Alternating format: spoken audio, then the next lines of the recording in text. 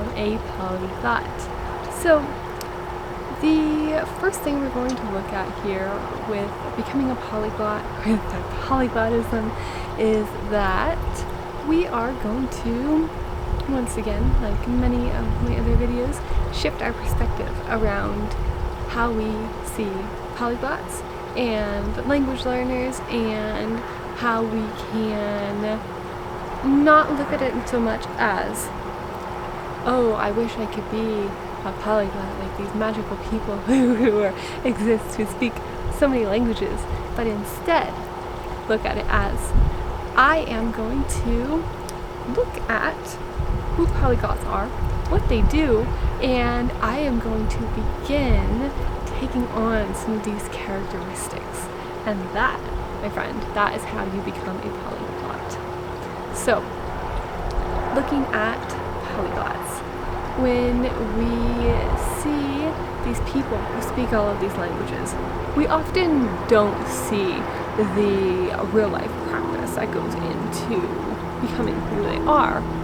But for myself, for example, the amount of time that I spend studying a language is significantly more than I spend actually speaking the language in practice and conversation with people who I run into. And that is one of the characteristics. So the characteristic one, we'll call it, is creating a lifestyle around practicing language. So what that means is that your languages that you speak, they become part of who you are. They become something that you practice regularly, whether that is every day, a couple hours each week. Some of them you're going to practice more or less than others, depending on your level within that language, depending on what you need the language for, your access to that language, and your just overall goals and importance that language has for you. So looking at my languages, for example, I have English, my native language, Spanish, my second language that I've taken to degree level, okay, the bachelor's degree in Spanish, and then French at an intermediate level, and Mandarin at a beginner, upper beginner maybe level. And so with that in mind, my English I use all the time. There's no escape from it. And that's because I live in California. English is everywhere. Everything I do is in English, including this video. And my Spanish, I spend less time on now because I put in all of these hours already.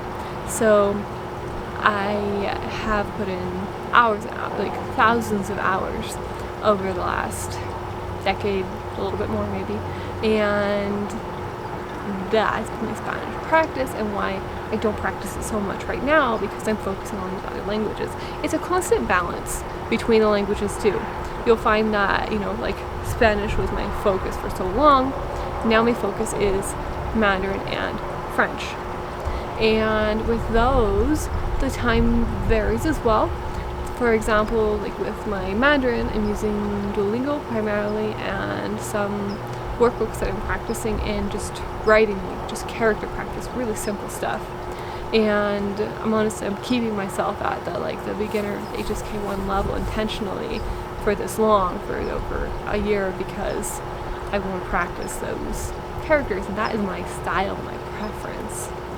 That is our other component here, component 2, part 2, whatever we called it, and that is developing your own language learning style, because now it's no longer important when I achieve these fluencies in these languages. What's important now is that I take on the identity of being a learner and speaker of these languages. And I do that by finding ways to really feel comfortable with the language, by exploring the language, by using the pieces of the languages that I want to, practicing, for example, I want to practice writing, I want to practice speaking or listening, and allowing myself to do that. And then also, of course, having the structure that's necessary to move forward in those languages. Like with my French, I have right now, I'm taking classes, and I'm starting all the way back in the beginning with my French, with my classes, even though I mentioned, about intermediate level, I can hold a very rough conversation in French, but I'm taking the very first class at online at college, and that is because I want to go back and I want to practice those skills some more. I want to make sure I really have them down. And I'm also working through a grammar workbook on my own for French to really get this part of the language down, because it's what I feel I'm missing. So that is the other component. 3 is being self-aware, being able to determine what you need for each language. And so when you develop that, you can see, okay, this is what I need, and now I can direct my own studies. And with that, now I have this creation, right? French and Mandarin and Spanish. And Spanish, well, I'm fortunate enough to have family members. I'm fortunate enough to have family members who speak Spanish. So it's never really completely not used. I do have interactions in Spanish. And don't mind this fly buzzing around my face. maybe I smell bad. He keeps buzzing around me.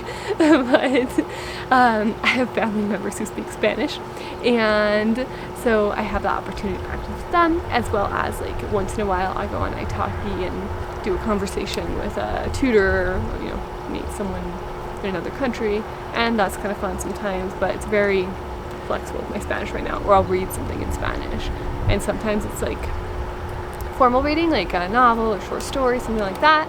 Sometimes it'll just be in the news, and I'll just like news articles sometimes pop up on my phone in Spanish, and I'll like, all right, I'll read this. Well, that's retention. That's maintenance for my Spanish. So that's my Spanish right now. Now, this is the language side, right?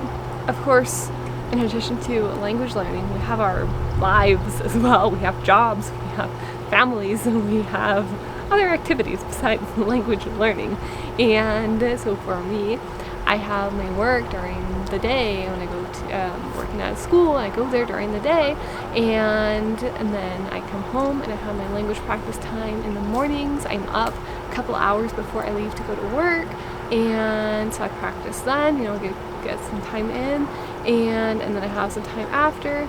And my time after, some of it's for language learning, but it's not all of it. It's tough. It's really tough sometimes to fit all of that time in. But this is again that value component that polyglots value language learning, so they make time for it. And I make time for language learning because I have in some of the evenings I go to karate. I have my karate practice for 5 years now, and that's almost like a language to me too. Like that's like the same value that I give to my languages in my karate practice, and so I consider that as like one of my languages, and so I balance that into my schedule too. That requires practice outside of my classes as well. So I make time for all of these different components, and I make time for family as well. I make time when I come home to cook. I make time then to have some practice before I go to sleep, some reading, some Duolingo. Sometimes on my lunch break, if I get a little bit of free time during the day, I will, if I'm alone, I might sit down and like stretch, do something if I feel like moving for my karate practice, or my Duolingo practice, or like anything I can get my hands on. So that's the other component there, is like keeping it top of mind. And that is so important, because if it's not important to you, it won't happen. You might get lucky. You might be lucky and like be living in a foreign country. Maybe if you're a kid and you have your parents and they're like, you're going to do this, that could be an exception to it happening when you don't want it to happen. But as an adult language learner, if it's not important to you, it won't happen. So it has to be important to you. Your value around language learning has to be there, and you have to find ways to enjoy it and to move yourself forward. And if you do that, like that is key. If you have that component, all the others will come. They will all fall into place. But that's the one that you cannot move forward without, is that desire, that importance around language learning. You have to have that. And all of these other pieces, finding ways to fit your language into your daily lives, finding practices that you enjoy, being a speaker and a learner of that language, taking on that identity. Those all come through that, because when you have that drive to learn, you explore different avenues, and when something doesn't work, it just kind of like might bounce you back a little bit, but then you keep going. And I know that because it's happened to me more times than I can count. I failed more times than I've been successful, far more times. And that's what it takes. It takes that. It takes putting yourself forward. It takes failure. It takes persistence. It takes persistence. And ultimately, to become a polyglot, you need to be a lover of language, of course. You need to have that persistence and that drive. You need to make time for language learning in your daily life, and you need to find ways, any ways you can, to make that possible to you, to bring language into your life. And that is how you become a polyglot. Alright? I will see you guys back here next Tuesday with another video. And make sure to check out that blog post down in the description. And let me know down in the comments if you want to know anything else, have any comments. And I'll be checking those out. And that's it. Bye guys.